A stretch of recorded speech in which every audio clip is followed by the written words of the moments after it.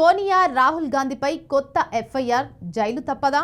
సోనియా గాంధీ, రాహుల్ గాంధీ సహా ఇతరులపై national Herald money laundering కేసులో ఢిల్లీ పోలీసులు కొత్త ఎఫ్ఐఆర్ నమోదు చేశారు.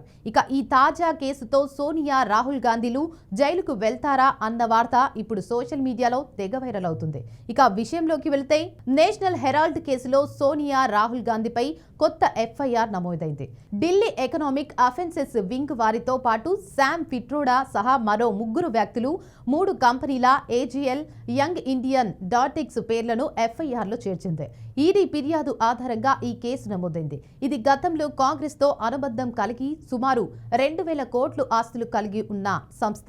ఇక గాంధీలు 76% వాటా కలిగి ఉన్న యంగ్ ఇండియన్ అనే కంపెనీ ద్వారా ఈ ఆస్తులను హస్తగతం చేసుకున్నారని అక్టోబర్ 3 నాటి ఎఫ్ఐఆర్ తెలిపింది. ఇక మనీ లాండరింగ్ నిరోధక చట్టం PMLA సెక్షన్ 66(2) కింద ఈడీ అభ్యర్థన మేరకు ఢిల్లీ పోలీసులు ఈ కేసు నమోదు చేశారు. అదే కాకుండా ఇందుకు తెలంగాణ ముఖ్యమంత్రి రేవంత్ రెడ్డి, కర్ణాటక ముఖ్యమంత్రి DK శివకుమార్ కూడా బోగస్ విరాళాలు సమకూర్చారని ఈడీ పేర్కొంది. కాగా ఈడీ దాఖలు చేసిన ఛార్జ్ షీట్ ను పరిగణలోకి తీసుకునే అంశంపై నిర్ణయాన్ని ఢిల్లీ కోర్టు నిన్న డిసెంబర్ 16కి వాయిదా వేసింది.